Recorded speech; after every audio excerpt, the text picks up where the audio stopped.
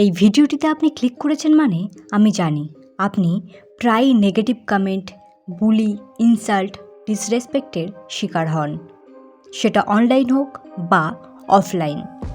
দেখুন, first of all আপনি লাইফে যতই সাকসেসফুল হন না কেন, যতই ভালো কাজ করুন না কেন, যে পজিশনই অ্যাচিভ করুন না কেন, আপনার হেটার্স থাকবেই। আপনি এটা চেঞ্জ করতে পারবেন না।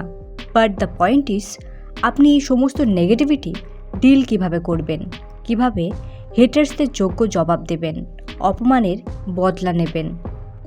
আজকের ভিডিওটি এই সমস্ত বিষয়ে আপনাকে শেখাবে। ভিডিওটি দেখার পর আপনি আপনার ব্রেনকে রিপ্রোগ্রাম করতে পারবেন এবং এই সমস্ত হেটার্সদের মিডল ফিঙ্গার দেখিয়ে জীবনে এগিয়ে যেতে পারবেন, সাথে নিজের কনফিডেন্সকেও বুস্ট করতে পারবেন। So now let's get into the video. Point number 1, mindset shift. First of all, যে সেলফ কনফিডেন্ট, সাকসেসফুল, বিউটিফুল, যে লাইফে অনেক ভালো কিছু করছে, যে নিজেকে নিয়ে, নিজের লাইফকে নিয়ে হ্যাপি, এমন ব্যক্তি আপনার ভিডিও বা পোস্টের নিচে এসে নেগেটিভ কমেন্ট কখনোই করবে না, আপনাকে জাজ করবে না, ডিসরেসপেক্ট করবে না।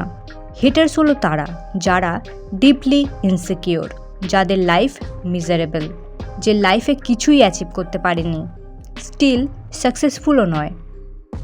এরা হলো এমন মানুষ যারা নিজেরা যেহেতু ভালো নেই, সুখে নেই, তাই অন্যের সাকসেস, অন্যের সুখ থেকে জেলাস ফিল করে, অন্যকে ছোট করে, ইনসাল্ট করে, নেগেটিভ কমেন্ট করে নিজেকে একটু বেটার ফিল করাতে চায়। নাও দ্য পয়েন্ট ইজ, আপনি এমন মানুষকে নিজের এনার্জি বা অ্যাটেনশন কেন দেবেন?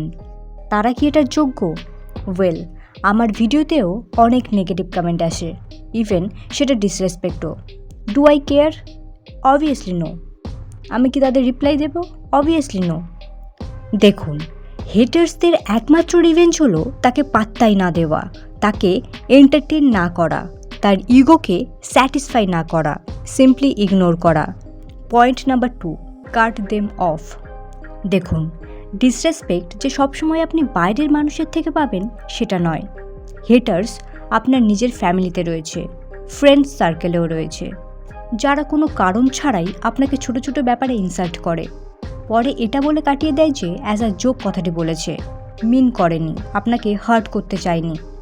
But let me tell you one thing, তারা ইন্টেনশনালি আপনাকে হার্ট করার জন্যই কথাগুলি বলে থাকে, আর আপনি স্ট্যান্ড নিতে পারেন না বিকজ ফ্যামিলি মেম্বার বা ফ্রেন্ড।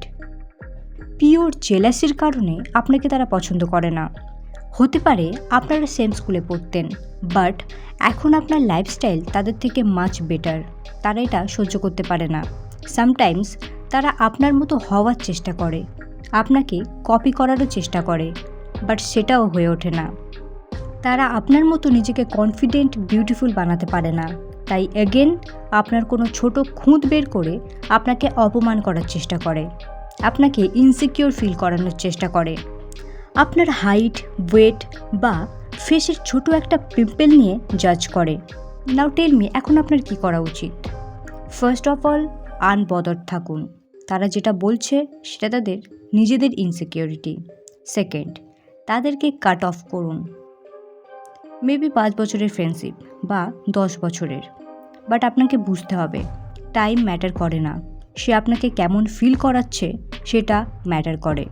যেটা টক্সিক সেটা টক্সিক, তার লাইফের সাথে আপনার লাইফ এখন অ্যালাইন করছে না। তাই নিজের প্রতি যদি আপনার রেসপেক্ট থাকে, তাহলে যারা ডিসরেসপেক্ট করছে লাইফ থেকে কাট অফ করুন, কোনো রকম সেকেন্ড থট ছাড়াই। Point number 3, keep your self busy.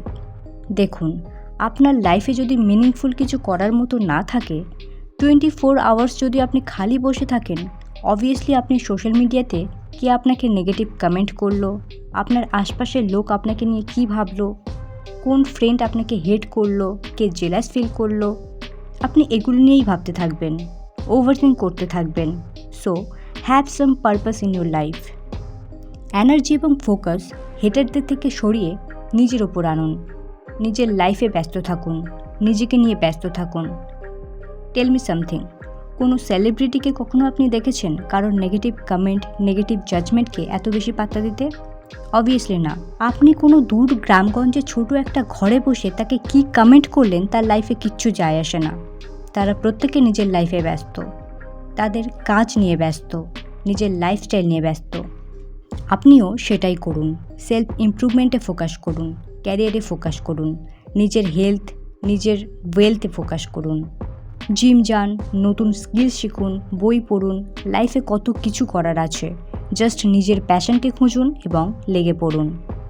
Point number 4, master your confidence. First of all, অন্যের ওপিনিয়ন, ক্রিটিসিজম আপনার কাছে এতটা কেন ম্যাটার করে?